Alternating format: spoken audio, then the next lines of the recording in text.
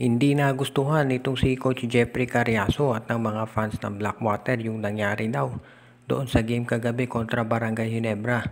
Lumamang nga sila ng 17 points ng first quarter pero nahabol at sa bandang huli nanalo itong Gene Kings.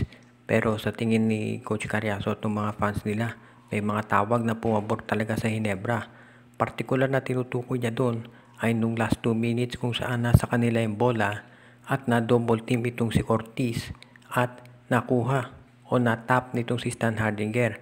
Napunta kay Troy Rosario yung bola pero naubusan na sila ng shot clock at napunta sa Ginebra yung bola.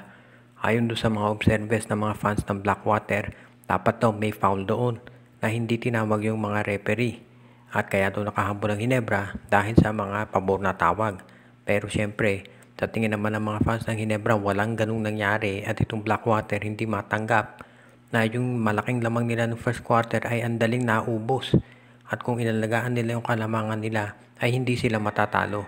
Dahil dito, sunod-sunod na ang talo nitong Blackwater Bossing samantalang itong Barangay Ginebra ay nanalo at nakabawi.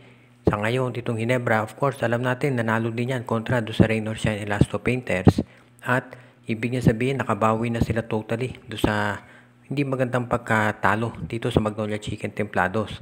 So sa ngayon, itong Barangay Ginebra, medyo magandang kalagayan dito sa team standings natin. Samantala naman itong Blackwater Bossing nando sa ilalim. Kung hindi dahil dito sa Converge at Rain or Shine, kulelat na itong Bossing. Samantala naman itong Barangay Ginebra, sinabi ni Coach Tim Cone na very happy siya sa performance ni Maverick Hanmisi na nanguna na naman dito sa Barangay Ginebra. At pinapakita ni Hanmisi na deserving siya doon sa contract na ibinigay sa kanya ng Gene Kings. So tignan natin kung ano pa magiging performance ng Ginebra sa mga susunod pa nilang mga laro. Ito nga bang si Jeron Teng ay gagawing trade asset nitong San Miguel Beermen? Yan ngayon ang tanong ng karamihan dahil sa tingin nila, of course alam natin halos wala pang nailalaro itong si Jeron Teng dito sa SMB.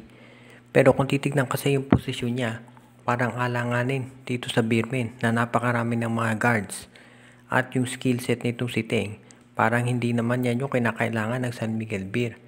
Yung pagkakuha sa kanya hindi katulad nitong pagkuha ng Ginebra kay Hanmisi na alam natin kaya kinuha ng Ginebra yan dahil nangangailangan nga sila ng isang guard dahil wala si L.A. Tenorio at si Jeremiah Gray. Sa panig ng San Miguel Beer, ang dami na nilang guard. So hindi nila talaga kinakailangan na kunin itong si Jeron Teng. At nakita naman natin, maski nung nasa Converge pa yan, yung scoring niya ay hindi naman consistent. Yung outside shooting, meron ito si Teng na nagdadrive sa basket pero marami na niyang guards na SMB na ganun ang gawa. Kaya marami nagtatanong kung ano ba talaga ang dahilan at kinuha yan ng San Miguel. Posible kaya na itong si Teng ay i-trade din ng San Miguel Beermen sa ibang koponan. Yan ngayon ang titignan natin kung ano ba talaga ang plano ng San Miguel Beermen sa kanya. Siyempre hindi pa nga natin masabi masyado dahil kaaga-aga pa ni Jeron dito sa San Miguel ay na-injure na kagad. So tignan na lang natin kung kailan pa siya makababalik at maski na itong si Terence Romeo. Ang mabuti na lang para dito sa SMB, nandiyan na si Jericho Cruz at si Marcio Lassiter. Samantala naman, kailangan natin tignan kung ano ba talaga magagawa ni Teng kapag siya ay bumalik na dito sa San Miguel Beermen. As it is, mukhang okay naman yung talagang performance ni Teng kung siya ay healthy at nasa tamang posisyon. Pero kung ikaw ay nasa San Miguel Beer na ang daming guards dyan, actually kaya nga nabigyan ng playing time si Teng noong first game niya dahil burado si Jericho Cruz at si Marcio Lassiter. Pero kapag puno na complement ng SMB, dyan natin makikita ang problema ni Coach George Gallet. Ito nga bang Converge Fiber Xers ay nagtatank para dito kay Justin Baltasar? Yan ngayon ang tanong ng karamihan dahil 4 na sunod na yung talo nila pero wala pa rin balita na ito ay magpapalit ng import. Nakita naman natin kung gaano kasama yung performance ni Bogdanovic do sa game kontra San Miguel kung saan hindi ito naka-score ng first half. At nakita naman natin na hirap talaga siyang pumuntos at hindi siya yung tipong masasabi natin na takeover na player. Nakita natin yung pinakaiba nitong si Bogdanovic at nitong si Ivan Aska. Nung humahabol ang Converge at nangangailangan ng puntos ng San Miguel Beer, dito kay Fajardo at kay Aska sila pumunta. Nung first half lalo, itong si Aska. Samantala naman itong si Bogdanovic, siya yung tipo na parang role player. Kaya nga nakahabol ang Converge doon sa San Miguel Bay nung second half dahil pumasok yung mga 3-point shots nila, hindi dahil dito kay Bogdanovic. At nakita na natin doon sa iba nilang laro na hindi talaga ito super effective. So ang tanong, bakit hindi siya pinapalitan ng FiberXers? Dahil dito lumalakas yung ugong-ugong na itong Converge ay nagtatank para talaga makuha yung number 1 pick sa susunod na draft. Siguro parang nakikinita na ng Converge na hindi ititrade ng Terra Firma o ng Blackwater yung number 1 pick dahil alam nga nila na malamang ito ay si Justin Baltasar. Dahil kung nanonood kayo nung laro ni Baltasar, ang performance nito grabe, 20 points, 20 rebounds. Ganon ang mga statistics na pinapakita niya. Kaya hindi na nakapagtataka na itong Converge ay determinado talaga na makuha ang nabanggit na player. So abangan na lang natin kung ano ang gagawin ng Converge kung talaga nga na sila ay hindi magpapalit ng import at kung pati sa Philippine Cup ay maging masama performance nila.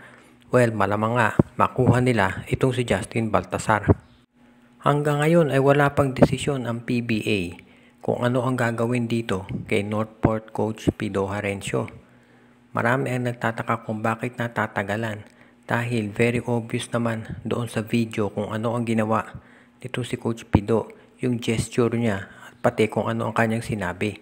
Kahit nasabihin pa natin o kahit i-claim nito si Coach Pido na siya raw ay nagbibiro. Sa mga ganung bagay hindi ka pwedeng magbiro. Alam naman natin yung ginawa nito si Coach Pido at ang mga ganon ay dapat siniseryoso. Ang sabi nga nila kung ibang liga daw to malamang daw baka suspended for the season itong si Coach Pido Harencio. Pero bakit dito sa PBA ay parang walang ginagawa?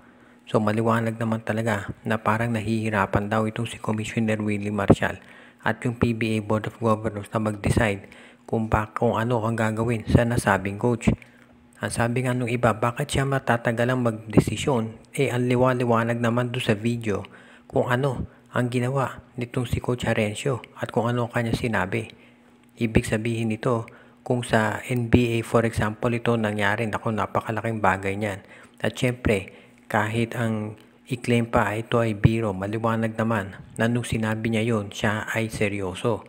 At kahit ano pa sabihin natin, kahit na naging emotional siya, dapat naging kontrolado dahil syempre siya ay isang coach at hindi ka pwedeng gagawa ng ganong aksyon sa ibang tao, hindi lang sa PBA kung hindi kahit saang lugar. Kaya abangan natin kung ano talaga magiging desisyon ng PBA.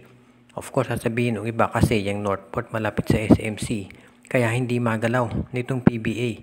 Tignan natin kung ganyan talaga magiging sitwasyon at kung ano magiging reaksyon nitong NLEX Road Warriors kung sakasakali. Dahil hindi naman talaga biro o nakakatakot talaga yung naging gesture nito si Coach Pido, lalo na sa import ng NLEX.